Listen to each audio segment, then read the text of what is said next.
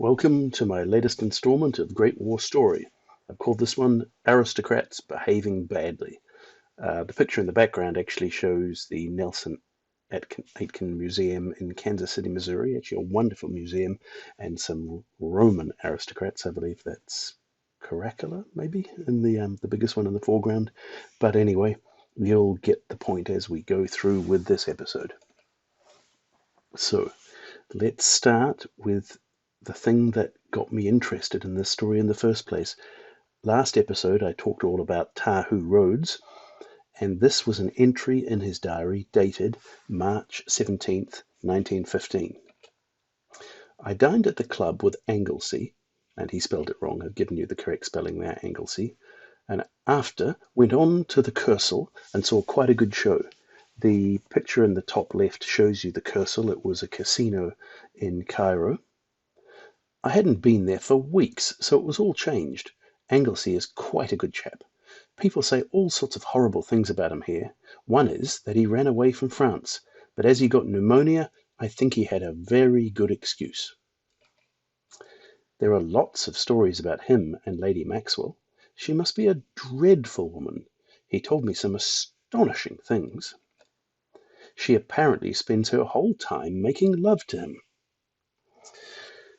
Now, there's Lady Maxwell down the bottom left for you. Is this what it sounds like? Well, it might be, but it also might not be. In a previous episode with Tahu Rhodes, I already noted that there were some funny expressions he used, like feeling like a boiled owl and having a terrible pain in Little Mary and other things like this. And one of the things you have to realize is that language changes. Even the same words and expressions don't necessarily mean the same thing today that they meant back then. Now, at first sight, you see this. She spends her whole time making love to him.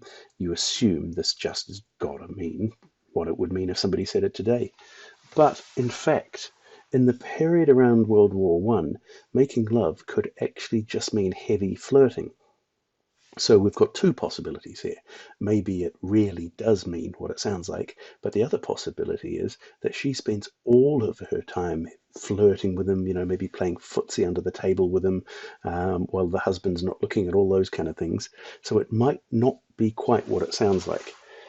But if you've watched any of my episodes before, you know sometimes I end up going down little side alleys and they turn into rabbit warrens. Well, I've got a big digression for you at this point because it all came about because I wanted to find out who is this Anglesey. And it turned out to have a fascinating backstory, and we have to go back several generations to actually fully answer that story. So we will come back to the scandal of Anglesey and Lady Maxwell, but bear with me while we have a digression about the ancestry of this fellow, Anglesey. So it all goes back to a fellow called the Earl of Uxbridge, and this painting is him in 1812. He is a general in the British Army in the age of Napoleon. His actual name is Henry Paget, and you can see he lived to a ripe old age, about well into his 80s. And he certainly got involved in some sex scandals. So his first wife was called Lady Caroline, and in 1810 there was a big scandal because it came out that Henry Paget was having an affair with Lady Charlotte Wellesley. Now, if you know any British history, you'll know the name Arthur Wellesley, better known in the history books as the Duke of Wellington, the fellow who beat Napoleon. Well, turned out that Henry Paget was sleeping with the wife of Arthur Wellesley's brother, in other words, the sister-in-law to the Duke of Wellington. And, well, that whole thing, as you can imagine, proved to be rather a scandal. Charlotte Wellesley's brother, Henry Cadogan, was very, very angry indeed, and he challenged Henry Paget to a duel. They fought this duel on Wimbledon Common. Henry Cadogan fired his pistol and missed, or anyway, misfired or something or other, and Henry Paget, who could have just taken careful aim and shot Henry Cadogan, determined that, well, I guess he knew he was in the wrong, and he refused to discharge his weapon, and that was the end of the duel. Honour was satisfied. But Cadogan well, that only saved Cadogan by about 3 years, because 3 years later he was killed in the great and glorious victory over the French troops at the Battle of Vittoria in the Peninsular Wars. But, well, he was victory or loss, he was dead either way. And despite being a fairly talented general, Arthur Wellesley was running the show for most of the time in the Peninsular Wars, and he, well, was rather offended at what had been going on with his sister-in-law, so refused to have him under his command. And Paget wasn't able to serve under Wellesley until he was put in as second in command at the Battle of Waterloo campaign. But he did actually seem to actually love Lady Charlotte. He just wasn't playing around, because after he divorced his first wife, Lady Caroline, he married Lady Charlotte, who had divorced her husband, and, well, these two now shacked up together. So at the Battle of Waterloo, this fellow was called the Earl of Uxbridge. Oh yeah, and he managed to father 18 children, 8 by his first wife Caroline and another 10 by Charlotte. And had quite a lot of trouble finding any pictures of Charlotte, the second wife, but I did find a picture of Lady Caroline that hangs in the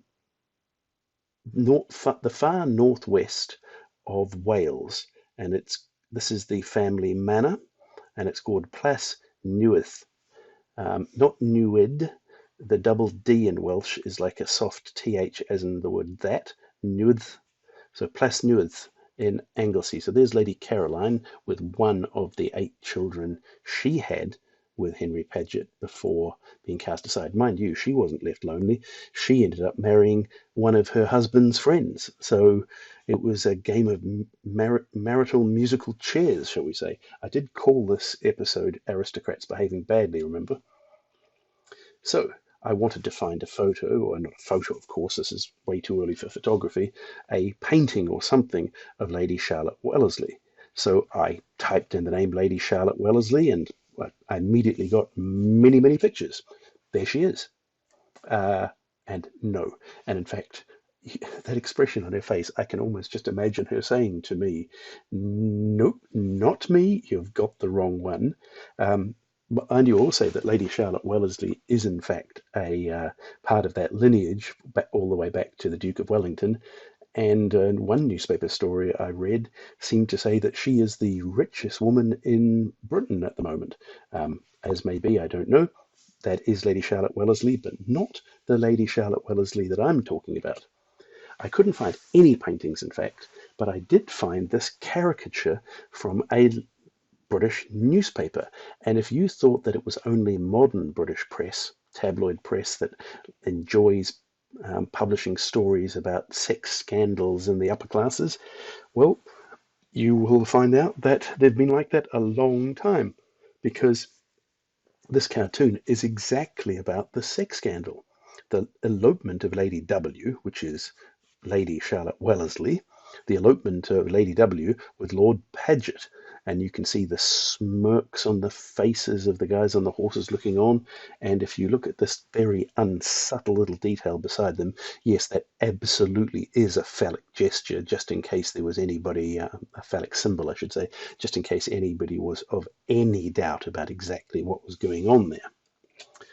And I was also interested to note, and I wish I'd known when I visited St. Paul's Cathedral in London, that's one of my photos on the right, that inside St. Paul's Cathedral is actually a monument to the death of Henry Cadogan at the Battle of Vittoria.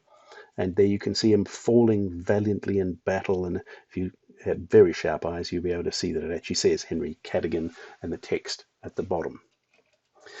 Now, back to the Earl of Uxbridge himself. As we've already noted, he was a Napoleonic general of quite some renown, and here's a couple of wonderful paintings of him. And I really have to go back and tell you why I was so delighted to hear this story, because when I was a kid and all through my childhood and my teenage years, I was really into Napoleonics, Napoleonic war gaming, painting Napoleonic figures, all sorts of things. Absolutely love Napoleonics. These days it's mostly World War One. Back then it was Napoleonics. And this is a photo of a bunch of my figures. We set up this diorama, and it's almost the opposite of the Battle of Waterloo.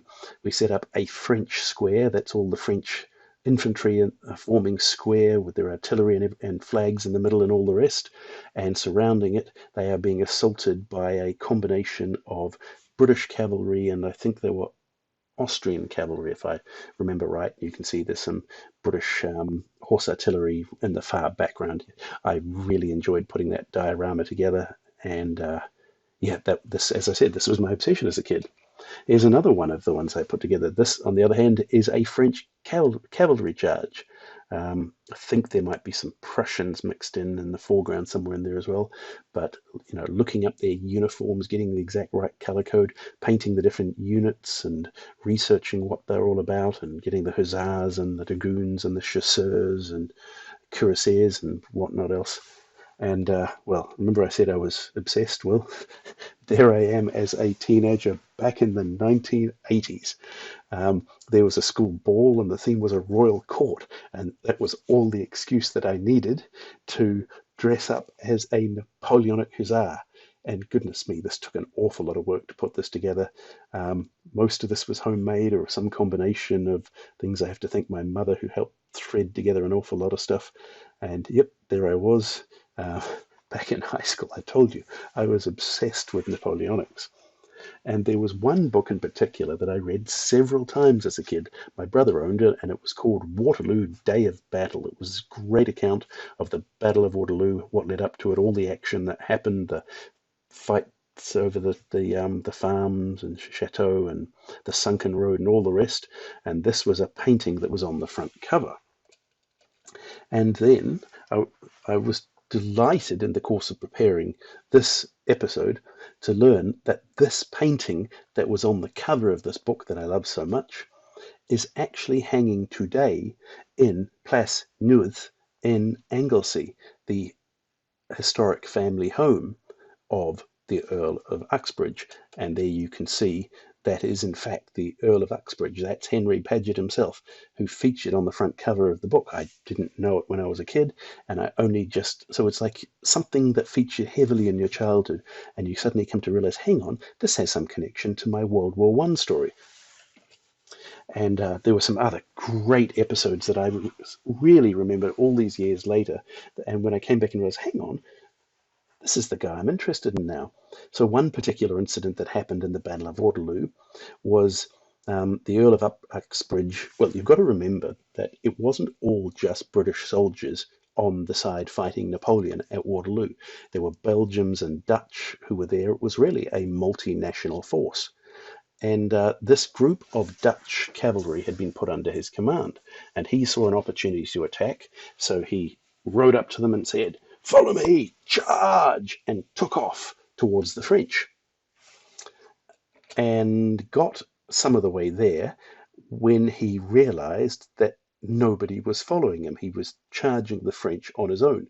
That, of course, would have ended rather badly, but these Dutchmen didn't know who the hell he was. Like some strange guy in some fancy clothes rides up and shouts something in English at them and then charges off. And they're just standing there going, anybody know what he was talking about? Do you know who that was? So he rode back to them, and he was rather mad, but it was quite understandable in the circumstances. And also, there is this picture, possibly the most famous picture from the Battle of Waterloo, the charge of the Scots Greys. I think it might be called Scotland Forever, painted by Lady Butler. And in fact, I own a copy of this, a print of this painting, and I bought it from Cranston Fine Arts, so we'll give them a bit of free advertising here as well. And it was the Earl of Uxbridge who ordered the charge of the heavy cavalry. It worked brilliantly at first, and then they were so undisciplined, they just kept charging, and eventually they got largely wiped out because they didn't withdraw and regroup when they should have. Possibly not the Earl of Uxbridge's fault, hard to say. But it is true, on the other hand, on the French side, it was reputed that either Napoleon or one of his marshals said that the British had the best cavalry in Europe and the worst leadership for it. And, well, if so, they might have been talking about the Earl of Uxbridge. And just to give you an idea of how my youthful obsession with Napoleonics is still there. I told you I bought this print of the Charge of the Scots Greys, and I have it hanging today in my bathroom. Yes, that is my bath below the picture. So I don't know what you do when you're lying relaxing in your bath, but me, I put my feet up and I stare at a bunch of raging Scotsmen charging straight at me aboard their chargers, ready to trample me into the ground, and I rather enjoy that. Okay, I'm weird. I'm strange, I admit it. But yes, that is my bathroom art that hangs above my bathroom. Yes, now you know how weird I truly am. Now, let's get back to the Earl of Uxbridge. Now, this is a painting from the National Army Museum. Now, have used a lot of photos from the New Zealand National Army Museum in my episodes. This is not the same one. You'll notice the logo is very different. This is the British National Army Museum. And there is a story, may or may not be true, but it's too good a story not to repeat. At the end of the Battle of Waterloo, a cannonball is supposed to have ripped past and taken off his leg, and he's supposed to have said, "By God, sir, I've lost my leg." And the Duke of Wellington, who was right beside him, said, "My God, sir, so you have." He was famously stoic. When they told him they had to amputate, I think he just said something along the lines, "Well, okay, then off you go." And while they were sawing off his leg without anaesthetic, he is reputed to have said, "The knives appear somewhat blunt." And there is even today in a museum the very saw that was used to cut his leg off, and I believe this glove belonged to one of his aides who was trying to staunch the blood after receiving the serious wound.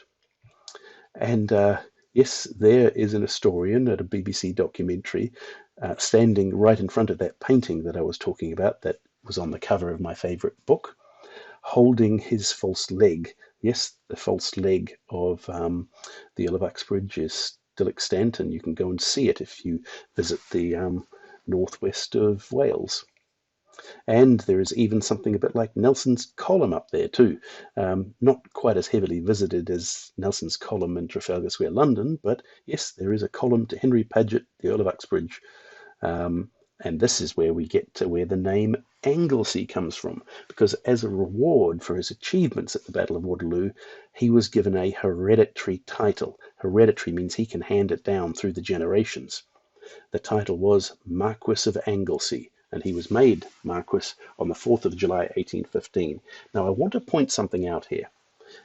Usually, you talk about the noble title being Marquis, with the S being silent. Now, I went back and forth whether to call him the Marquis of Anglesey or the Marquess of Anglesey. Now, both pronunciations are used in different contexts. It's not a pure mistake on my part. And it's because of this spelling that you see used that I decided in the end that I would go with Marquess, not Marquis, because I think it's Marquis when it's Marquis, but when it's like this, I think it's Marquess.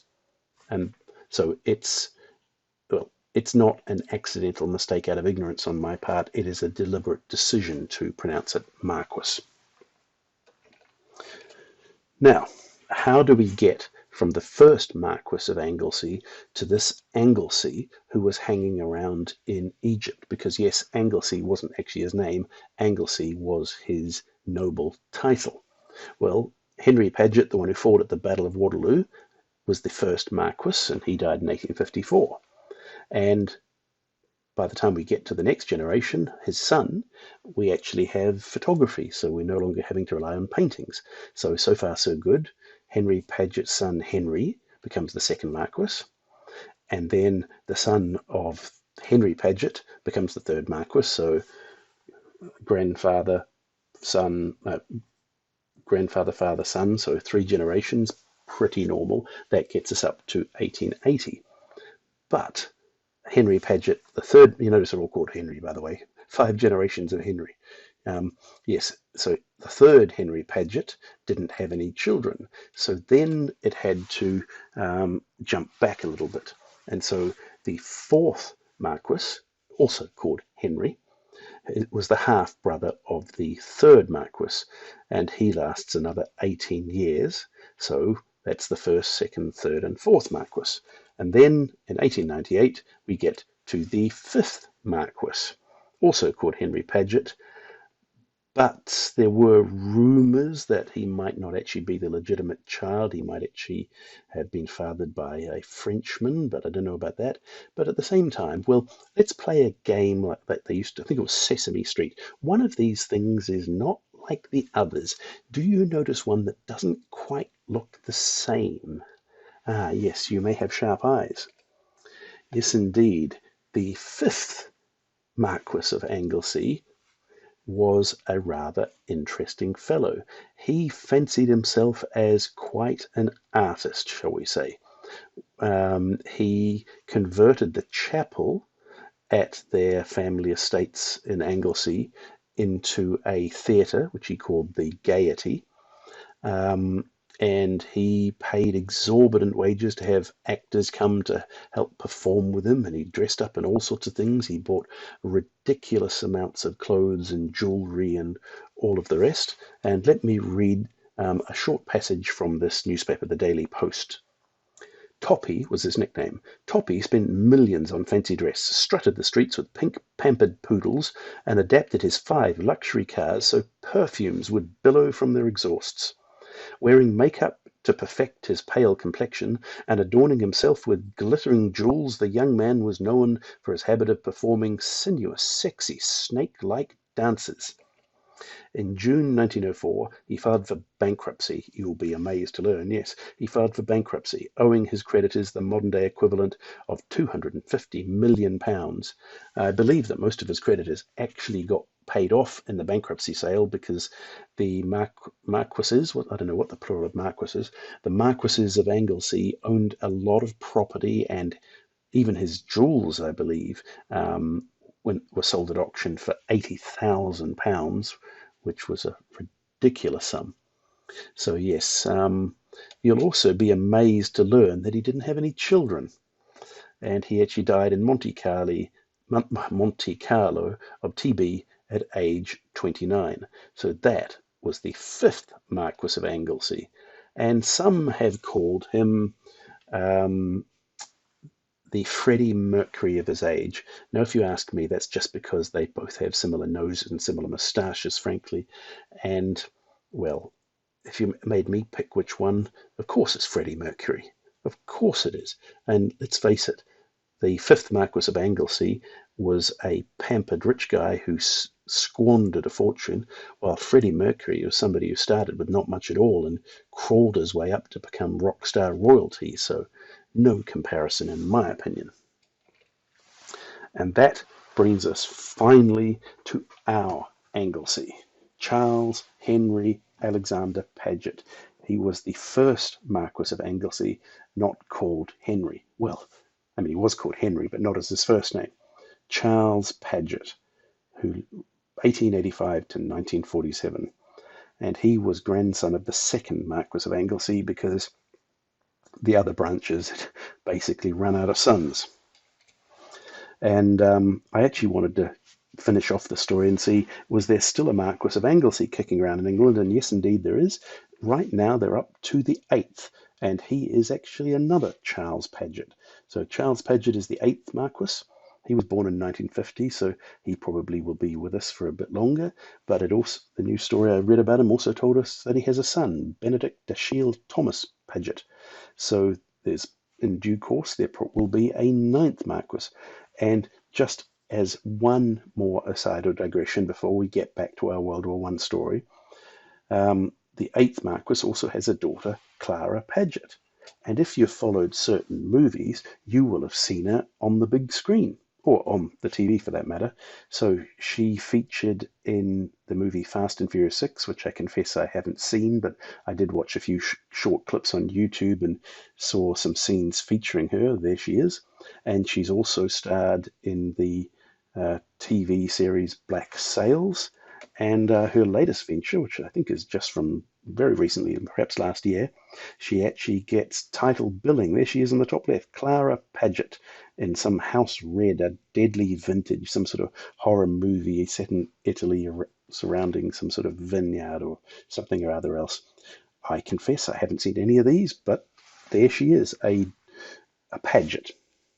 Now, after all of that long digression, I think we need to review where I started with this, from Tahu Rhodes's diary. That's right, dining at the club with Anglesey, and then there are lots of stories about him and Lady Maxwell. She must be a dreadful woman. He told me some astonishing things. She apparently spends her whole time making love to him. So what is going on here? Well, when did Tahu Rhodes first encounter this fellow Paget, and how did he get to know him? Well, there he is on the right as a very young man, and here's the first entry in Rhodes's diary, February the 11th, 1915, that mentions him. At 4 p.m. we went to the Abbasia Hospital, and that's the Pont de Cuba Hospital. Oh no, it's a different one. But one of the New Zealand hospitals. At 4 p.m. we went to the Abbasia Hospital and met the Sultan of Egypt, that is, who came to see 2 wounded Egyptian soldiers and our man. Sir John Maxwell, with his new ADC, aide-de-camp, the Marquess of Anglesey, was also there. So the Marquess of Anglesey is ADC to General Maxwell, just as Tahu Rhodes is ADC to the New Zealand General Godley. And that might also explain why he was in close proximity to General Maxwell's wife. And then on April 10th, this is what he was writing. Came into the club at 3 p.m. meaning to write letters, but foolishly sat down in an armchair and went fast asleep for 2 hours. Before I was woken up by Anglesey, had tea, and then went out for a drive. Very hot day. We dined with Lady Maxwell and went on to Shepherd's to a Venetian fete, which was a terrible affair. Now, I wish he'd elaborated. What did he mean, terrible affair? Did he mean the Venetian fete was useless? Did he mean it was terribly uncomfortable hanging around with Anglesey and Lady Maxwell together? He does not explain. I went round to the club with Anglesey at 11 p.m. and sat there till 12 when I motored home. Okay.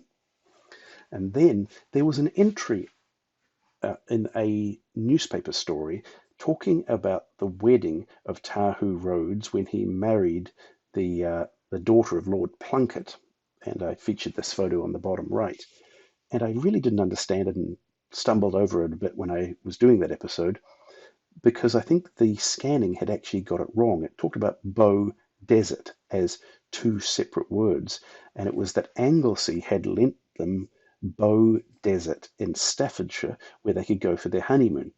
It was only as I was further researching Anglesey himself that I realized that Bow Desert, I had no idea how to pronounce this, Bow Desert, was actually another one of the great manors that belonged to the Marquesses of Anglesey. In fact, it had been in the Paget family line since 1546, and it was there that Anglesey attended their wedding and invited them to stay for their honeymoon in one of his estates. And Charles Paget himself lived there until after World War One, and it was only then that he moved to live permanently at Plas Newydd in northwest Wales.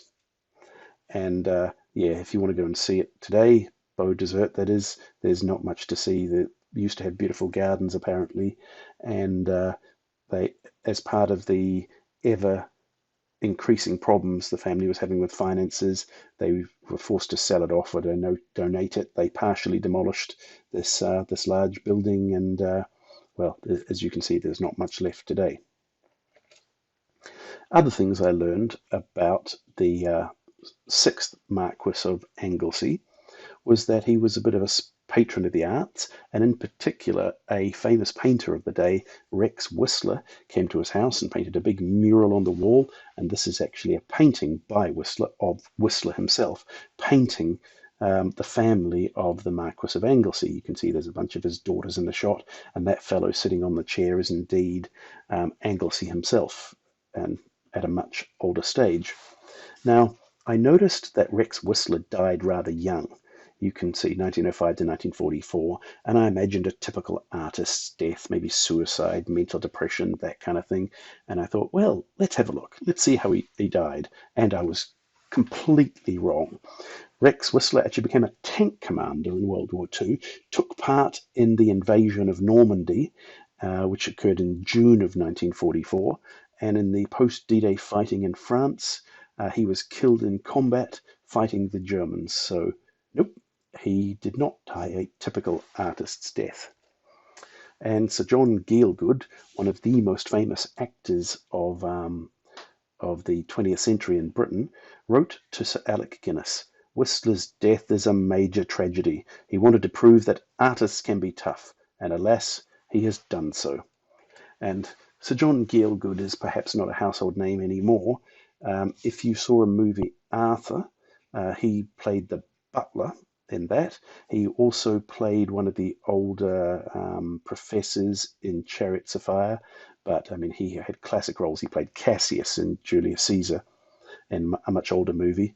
Now, Sir Alec Guinness, if you don't already know the name, well, you might better know him as Obi-Wan Kenobi. So, yep, even a little couple of nice movie history references there. And there is Charles Paget later in life. Although I was shocked when I realized that this painting on the left, he was only 55 years old. That's not much older than I am right now. It just seems that people aged much more back then. I don't know.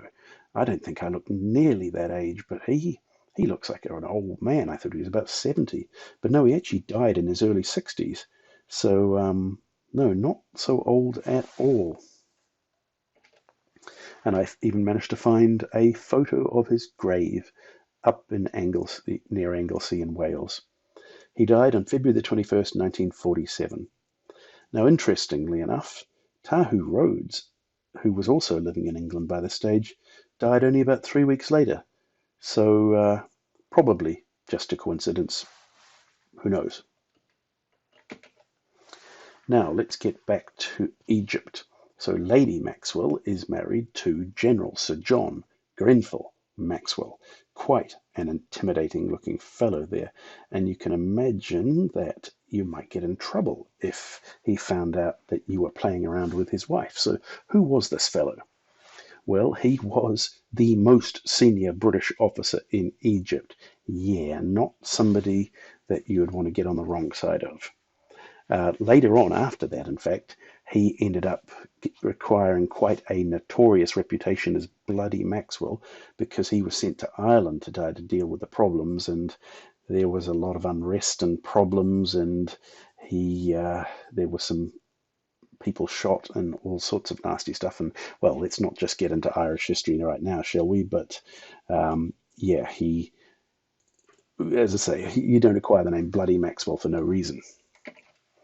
And also, interesting enough, we'll get back to more detail about him later, but he was really into Egyptian antiquities, had quite a collection, and he traveled back to Egypt specially when he found out about the discovery of Tutankhamun's tomb, so he could be there at the opening. And you hear all these stories about the curse of the mummy and all of that kind of stuff. And yes, there were some people involved in the opening of the tomb who did die early, and mysteriously, but Maxwell himself was there, and he did not die mysteriously from the curse of the mummy. Now, we have a newspaper story for you here. It's from something, well, the heading is called Australasian Forces, and it's from the New Zealand Herald, January of 1915.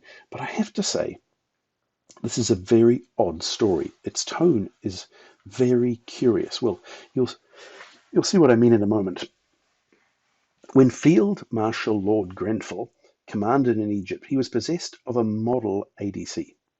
This study in scarlet and gold was always neat and tidy, and his uniform was always as neat as himself. He had infinite knowledge as to who should go in before who at social functions. He danced exquisitely, and everyone acknowledged that he must have a marvellous brain, because there was no leader of a cotillion in the whole of Egypt nearly as versatile and nimble as he was. Now, if you don't know what a cotillion is, I didn't either. I had to look it up. It's sort of like a ball, quite often a little bit like a debutante's ball, introducing people into society. You see what I mean about a bit of a strange tone here? Are they praising him, or are they being sarcastic? Are they mocking him? Is it tongue-in-cheek? I really can't quite catch what's going on here. But let's carry on with it. He played polo hard, although he was getting heavy. So he was good at playing polo, but he was fat? Again, it sounds like it's mocking him, doesn't it? He played polo hard, although he was getting heavy, was a wonderfully good rifle shot, and as for getting up gymkhanas, he was a perfect dream of a tactful organizer, and a gymkhana is a kind of a equestrian horse event. As to whether he knew anything about soldiering did not matter in the least, because an ADC is not supposed to be a soldier. His only duties are to look beautiful and amuse the fair sex, this last with discretion. Like, it sure sounds like they're hinting at some sort of social scandal, that he was a womanizer and maybe sleeping around in the social set. I mean, it doesn't quite come out and say it, but it sure seems to imply something like that, doesn't it? And then carrying on, the name this ideal ADC used to go by among his friends was Conky Maxwell, so called because if nature had been unkind to him in any single respect, it was by furnishing him with a rather larger nose than that worn by the Apollo Belvedere. Now that made me go and find a picture of the Apollo Belvedere. There it is. And okay, it's not a small nose, but it's not exactly what I would have called a big honker anyway. But so I didn't really get that reference either. But yes, General Maxwell's nickname was Conky because he had a big conker of a nose. However, it stands to reason that great tact is necessary if a person is to be the ideal ADC. No fool could ever hope to make one, and Conky Maxwell was essentially not a fool. Although at the time he may have been a butterfly. Again, he seemed to be acting the fool. He was not a fool. He was acting the butterfly. Again, sounds like a womanizer. He was born in 1859 and duly went to Cheltenham, where he made a name for himself as a mighty exponent of rugby, of course. From that temple of learning, he went to the Royal Military College, and when 20 years of age was gazetted to the famous Black Watch Scottish Regiment. 3 years later, he made the well-known night march across the desert with the Highland Brigade and helped to storm the Egyptian rebel fortifications at Tel el-Kebir. And yes, there was a significant battle there, and he did prove to be an effective military commander. So, okay, let's just carry on. In 1885 to 6, he was with the Egyptian Frontier Force. He was present at the engagement at Guinness, I think that's how you pronounce it, for which he got the DSO. Now, this picture on the right is supposed to be somebody imagining what the Battle of Guinness was like. Now, what's particularly significant about this is a footnote in British history. It is supposed to be the very last engagement in which British troops fought wearing the classic red coats. After that, it was changing to khaki, more suitable for the desert, and of course, you can't imagine them fighting in red coats in anything like World War I or something like this. So the Battle of Guinness was supposed to be the last time British troops fought in red. And, well, he won an award from the King for his well, no, it would have been the Queen Victoria at the time. And he was also present at the Battle of Gizizar in 1888, when he was made brevet major. Again at Dongola in 1896, he was made brevet lieutenant colonel and mentioned in dispatches, so he's coming across as a pretty good soldier. By this time, he really was getting on, and K of K looked upon him with favour, while deploring his social proclivities. K of K, this is Kitchener, Lord Kitchener, the famous, we want you for the British Army. I've mentioned him in passing in my episode about HMS Hampshire, which was the ship that was carrying when he sank, and I made a whole episode about how HMS Hampshire helped out the Anzacs when they crossed the Indian Ocean heading to Egypt. This painting here is showing Kitchener after having defeated some of the opposing forces in this campaign. The consequence of Kitchener's approval was that Maxwell commanded the 2nd Egyptian Brigade at the Battle of Omdurman, and again won more and more favour in the sight of Lord Kitchener. Now, the Battle of Omdurman was a major battle in the British confrontation against the Sudanese. And then, when the South African War broke out, General Maxwell was at Khartoum, but in January 1900, his former chief sent hastily for him and gave him a brigade in South Africa, and a little later made him military governor of Pretoria. That's a scene of British troops marching into Pretoria in South Africa. He really was a success in that land of ruined reputations. Yes, the South African War, or the Boer War as people tend to call it today, really did show up a lot of the weaknesses in the British Army. And General Maxwell managed to emerge without having his reputation stained. He was also made a KCB and a CMG, more honours from the Queen. He was also made a KCB and a KMG, as well as getting the thanks of both Houses of Parliament. What was even more to the point, he had gained the confidence of the entire army.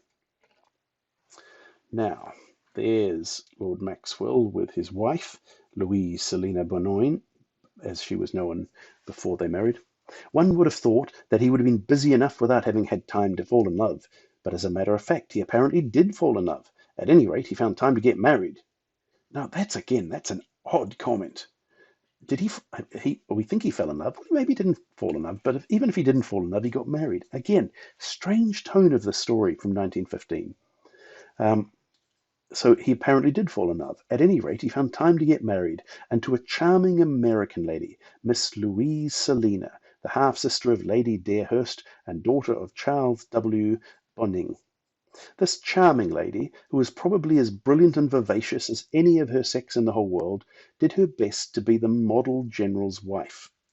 Now, again, is something being implied here, especially where we started with Tahu Rhodes writing that there was some strong hint of scandal involving her, calling her brilliant and vivacious. Is this implying that she's rather too outgoing? And how about this comment? She did her best to be the model general's wife. Does that mean she was trying but failing? Are we meant to take this sarcastically? Again, I'm not sure. Amongst other things she did to assist her lord and master when he was governor of Pretoria was to write to the New York Herald asking for donations of warm clothing for the poor women and children in the Boer refugee camps. Her well-meant efforts had a somewhat unfortunate and unexpected result.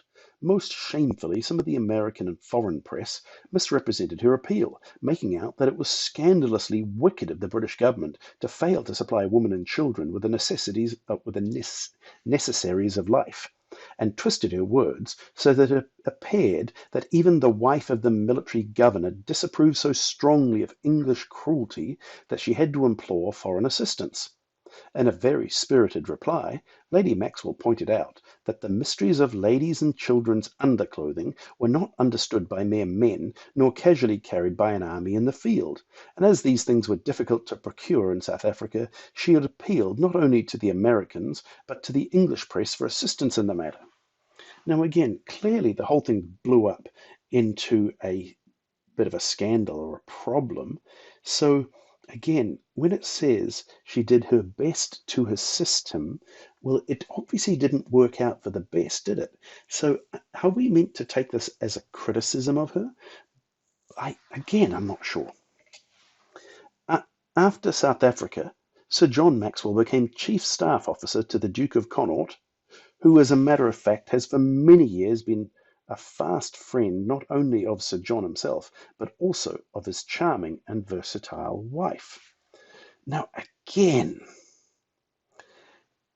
surely it would be enough to just say the Duke of Connaught was a friend of John Maxwell and his wife. But the way they phrased it, the Duke of Connaught was a fast friend of Sir John Maxwell, but not only of Sir John, but also his charming and versatile wife. And versatile, she's versatile. Is this a simple compliment, or is there something else implied here? Maxwell relinquished this billet in 1910 in order to take up the command of the troops in Egypt, where he has been ever since. At the beginning of the war, it will be remembered that Lady Maxwell wrote a very striking appeal to the gentle nuts of England, with regard to enlistment, which ran somewhat as follows. Must we feel ashamed to be Englishwomen when we see you skulkers watching football and cricket matches and lying in the sun on the grass, as if you fondly deluded yourselves into the idea that no danger could come to you whilst your fellow countrymen are shedding their blood on the battlefields? Oh, wake! I am a woman, alas! And I cannot go, but my man has gone, and had I sons, I would send every one of them to fight for England's sake. Now, at first sight, to a modern ear, that again sounds like mockery, but I actually found what she had written from a English newspaper, and this is actually a pretty accurate summary of what she said. It's not really exaggerating the tone in any shape or form. Perhaps there's a bit of irony there that she's actually an American. Well, I mean, she's a naturalized Briton at this point, but talking about us British, us English people having to do our duty, well, perhaps that's where the irony is, having pointed out not long above that she was actually an American. Again, I'm not quite sure. It is true her man has gone a-fighting. He is now at his post in Egypt, where it will be remembered he received his baptism of fire, and where, now that Turkey has insisted on having its neck wrung, he is likely to see more bloodshed within this year than in all the rest of his service put together. Well, they're right about that, Gallipoli. Whether the ditch will run red, I assume the ditch means the Suez Canal in this context, whether the ditch will run red or Turkey be plucked by waging war in her own country, we know not. Goodness me, I've done a lot of typos while I was typing this up. It is not likely, moreover, that our curiosity will be gratified till something has been accomplished. Maxwell can keep his own counsel. We are fortunate in having him. He not only knows Egyptians and Sudanese, but he is known and respected by them as a man of firm will and indomitable enterprise, one who is not to be trifled with, and one who knows how to lead his troops to victory. He was one of Kitchener's original discoveries. Kitchener has tried him in many capacities and still retains him. Kitchener does not keep failures. Signed, Tatler. Now again, Tatler, that's a bit of a rumour mill or a scandalous story writer. So it seems to end on a very positive note about General Maxwell, but there's so much else in the story that seems highly ambiguous, to say the least. Oh, and the photo on the right, by the way, that actually does show Kitchener with Sir John Maxwell. Lord Kitchener receiving a note from General Sir John Maxwell, General Officer commanding in Egypt, probably at Madras during his visit to the Dardanelles. Yeah, Kitchener made a surprise inspection of Gallipoli. And remember they said he was a bit fat? Well, you can see here that the fellow, well, this is Kitchener, and the fellow next to him who's not, he doesn't have the most slim figure, shall we say. Yes, that's General Maxwell. Now, I found this academic article, and I'm going to be quoting that for the next few minutes. It's called Imperialists at Work and Play, The Papers of General Sir John and Lady Maxwell, and it was published in the Princeton University Library Chronicle in 1990. And I tried to find some more about the author, Letitia Ufford, and I couldn't find a photo of her even, which was disappointing, but I did find that she appears to have written one book called The Pasha, How Mehemet Ali Defied the West, 1839 to 1841. I haven't read it, so I can't tell you how good it is, but you might like to check it out.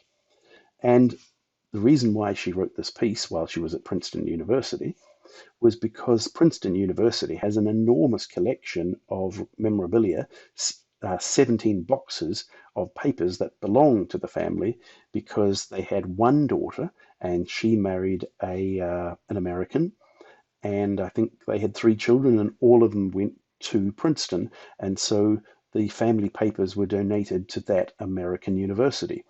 Now here's some quotes from Letitia Ufford's article.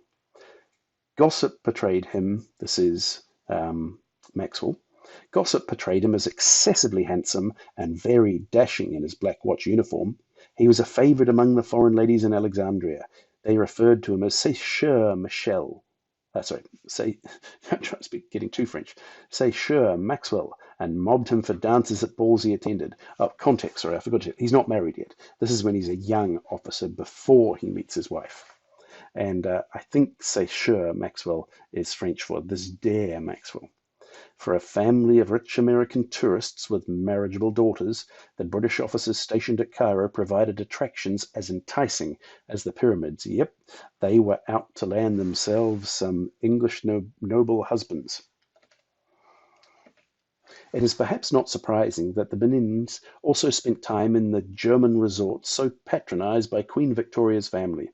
Louise found a friend in Helena's younger daughter, Princess Marie Louise. So Helena was a daughter of Queen Victoria, so Princess Marie Louise was a granddaughter of Queen Victoria, and this is her in the photo. Once the royal connections had been established in Wiesbaden, Louisa's attachment to the handsome but untitled Major Maxwell the following year in Cairo could hardly satisfy the ambitions of Charles Bonning. He opposed the marriage. If Charles Bonning's disapproval threatened the marriage, so certainly did Louisa's conduct. In the 2 years between Louisa's plea to the princess to help persuade her father to let her marry Maxwell and her final victory, she was not above a serious flirtation with another man.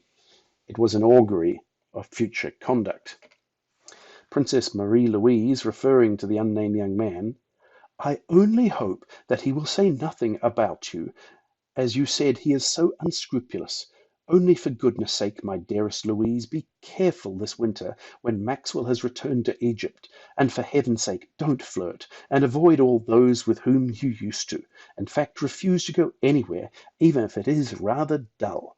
Well, probably good advice from the princess. I'm not entirely confident that Louise would have followed it.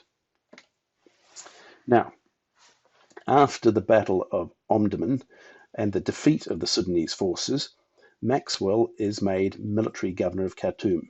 The picture on the right would have been exactly at this time point. It was the victory was revenge for the death of Gordon of Khartoum, which if you know any British history, you will have heard of how he was killed before a relief force could arrive. And it said that this was Kitchener and his staff. So one of those figures is almost certainly supposed to be Maxwell himself. Perhaps look for one that's slightly fatter. Anyway, he wrote from Khartoum. It was all so easy with a definite objective in front of us, such as the capture of Khartoum. We all knew where we were going and what was wanted.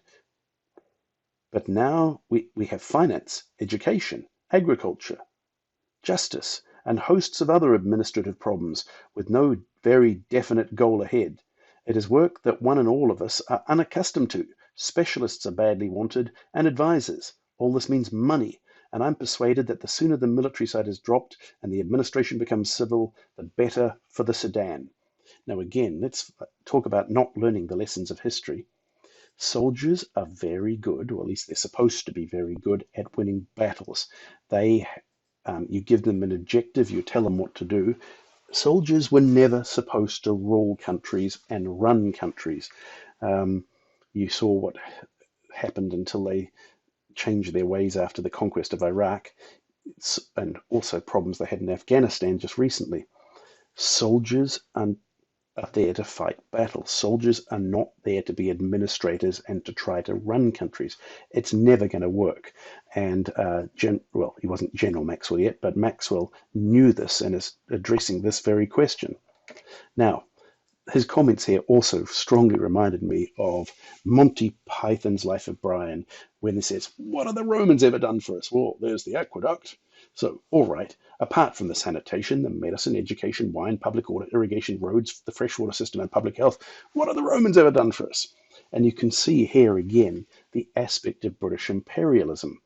That yes, they're conquering and taking over other countries, but as soon as they get there, they immediately know that this is now our responsibility to run things. Agriculture, justice, all the administrative problems. We need specialists. We need to get it up and running.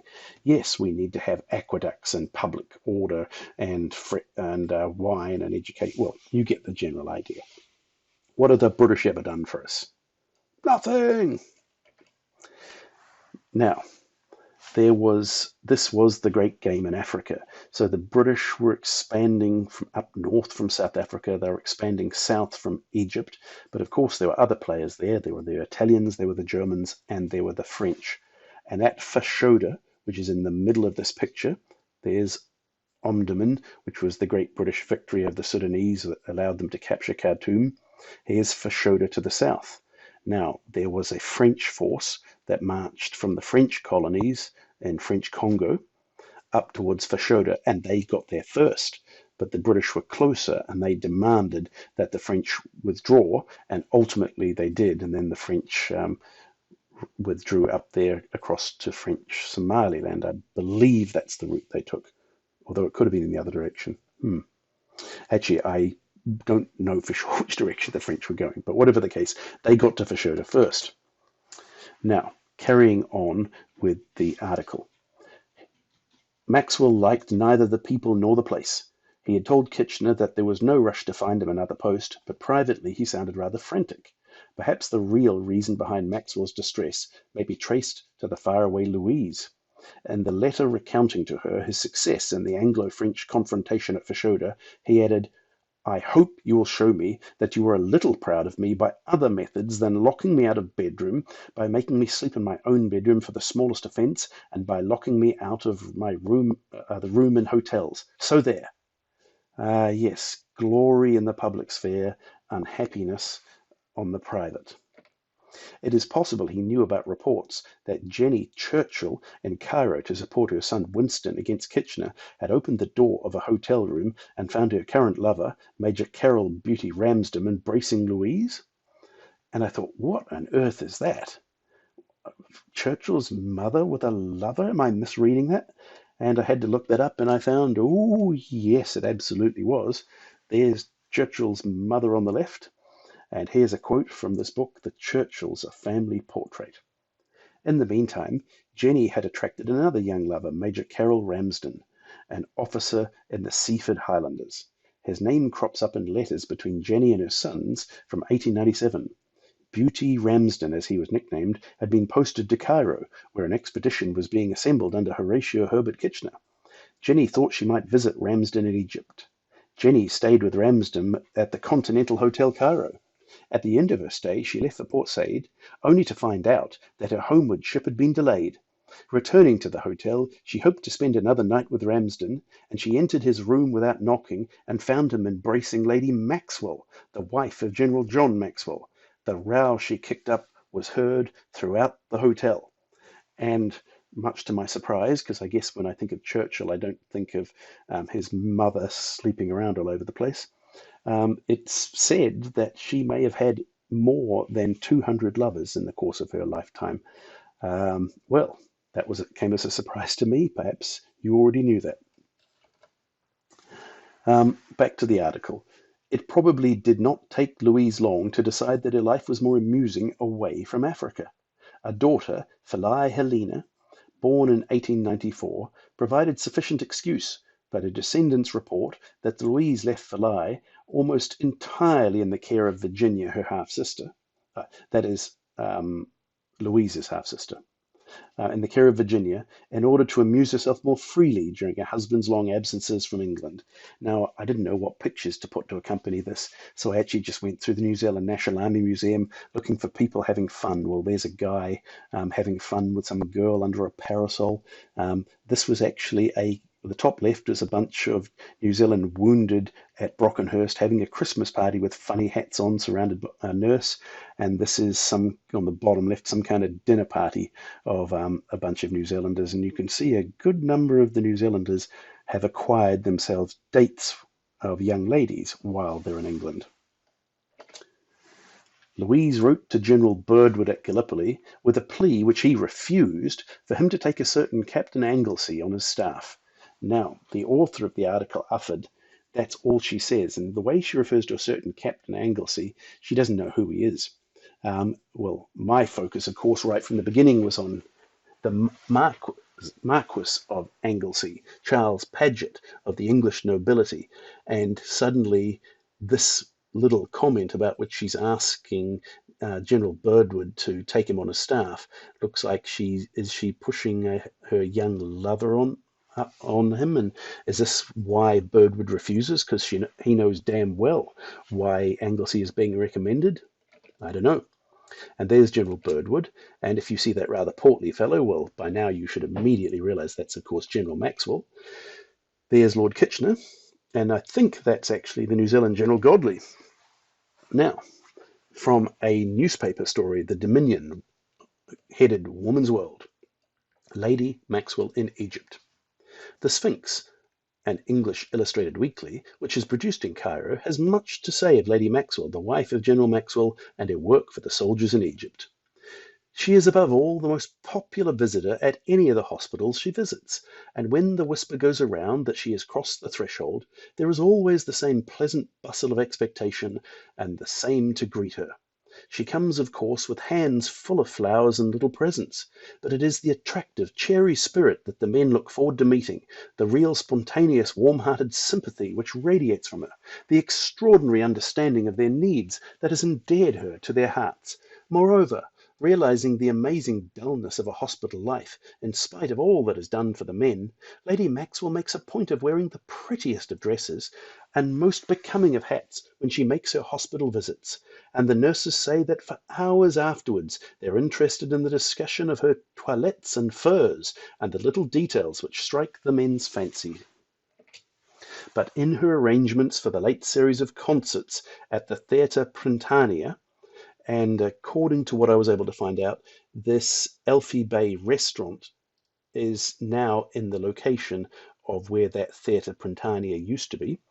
That's the photo in the top right.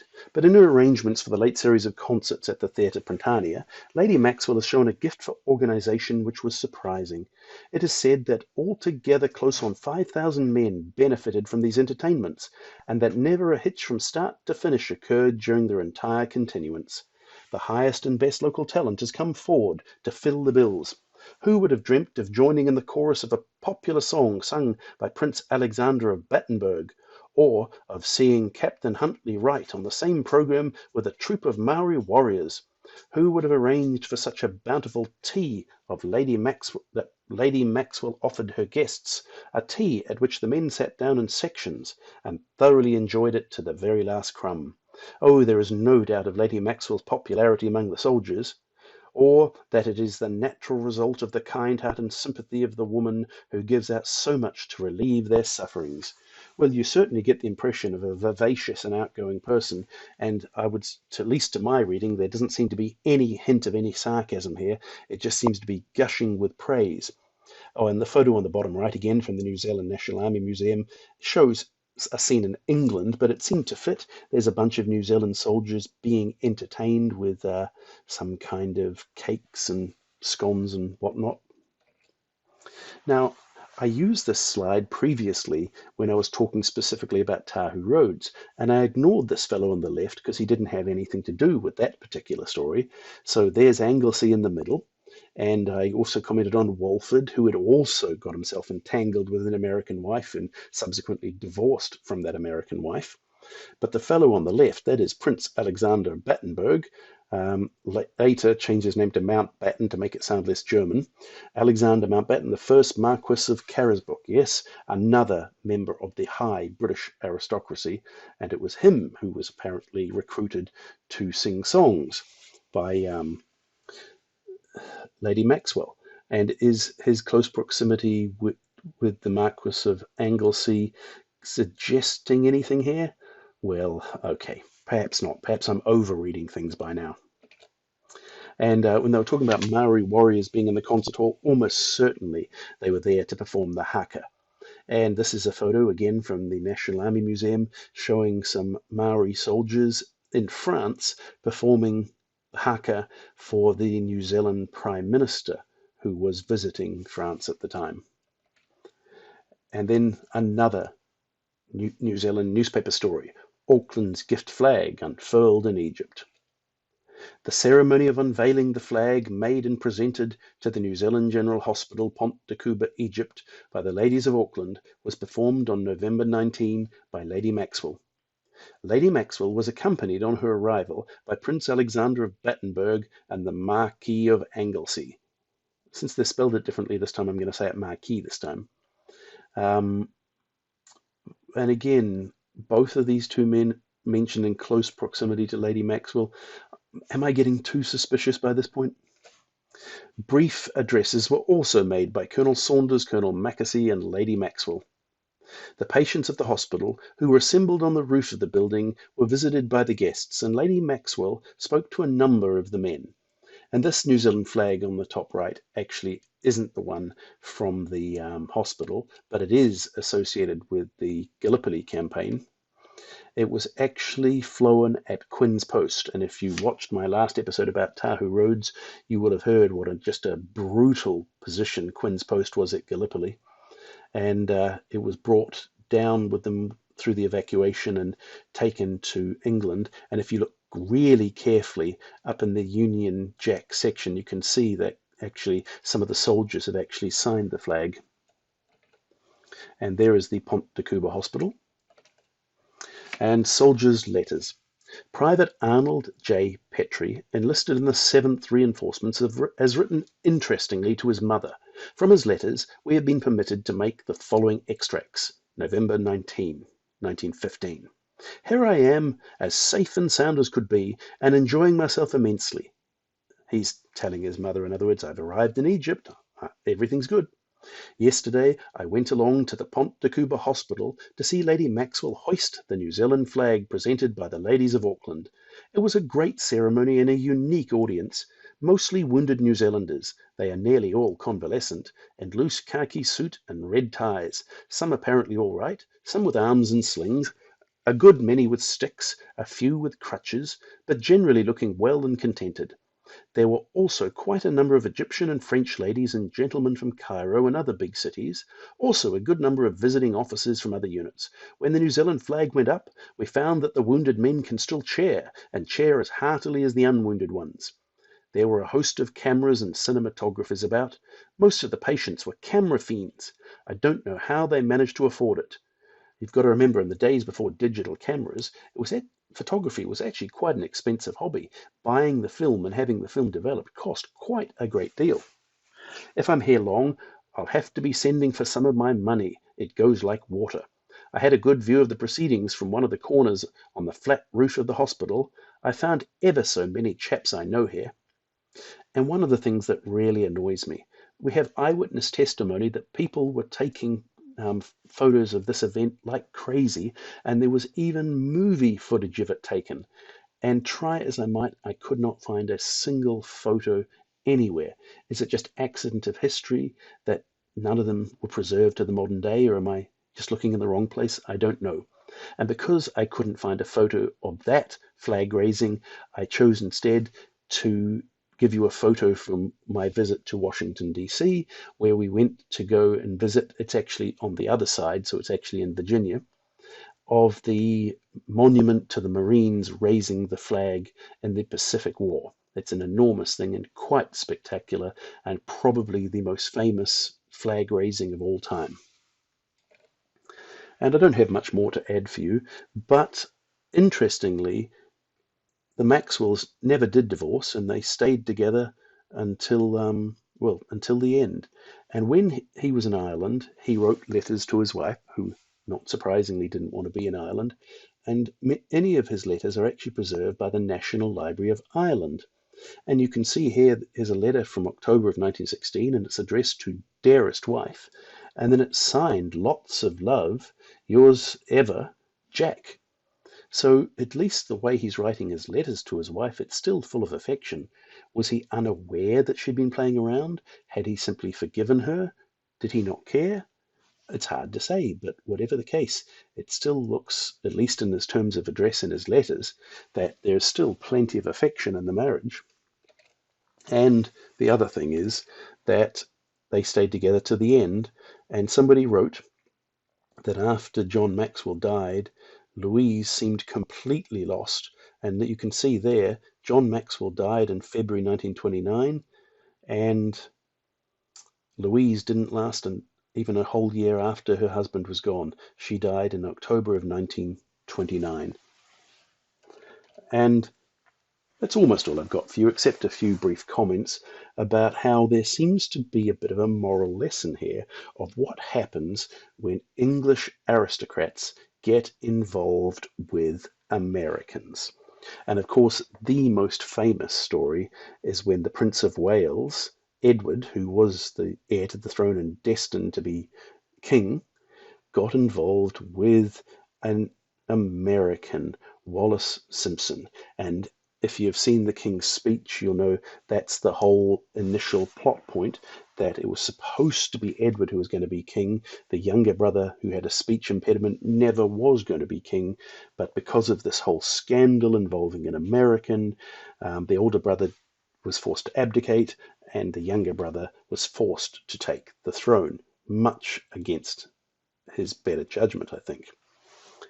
And There is one brief moment here that touches my grandfather's story because, as you know, got into World War One history and I'm trying to tell stories connecting to my grandfather. So far, this has had nothing to do with my grandfather, except for the fact that Tahu Rhodes happened to be on the same transport from New Zealand, and that got me reading Tahu Rhodes's diary. But there's one funny coincidence. This ship was known at different times as the SS Dieppe, I think Dieppe. And later, after World War One, it was renamed the Rosara and kitted out as a luxury yacht. And it was said that Edward and Wallace went on vacation on this yacht together, and Wallace later said it was while she was aboard the Rosara that she fell in love with Edward. And so you could say that this ship is where it all happened and where this terrible scandal and crisis in the English monarchy came about aboard this ship. And my grandfather, during World War One, when it was called the Dieppe, was a passenger aboard the ship. So, okay, it's not a very strong point of connection, and in a future episode I will explain why and how my father came to be aboard my grandfather came to be aboard the ship, but not today. And if you think I'm the only one to point out that there were some issues about young ladies from the United States getting heavily involved with the English aristocracy, well, there's a whole book about it. It's called The Husband Hunters, American Heiresses Who Married into the British Aristocracy. I haven't actually watched Downton Abbey, but I believe there's a whole bit of a theme there about Americans getting involved with them as well. Don't know if they portray that as good or bad in Downton Abbey because I haven't seen it. And oh, how did that get there? I thought I was just talking about problems with Americans and British aristocrats, but oh well, never mind. I don't know what that was doing there. And that is all I have for you today. So I'm going to say good evening to you, and I hope you'll come back for the next episode.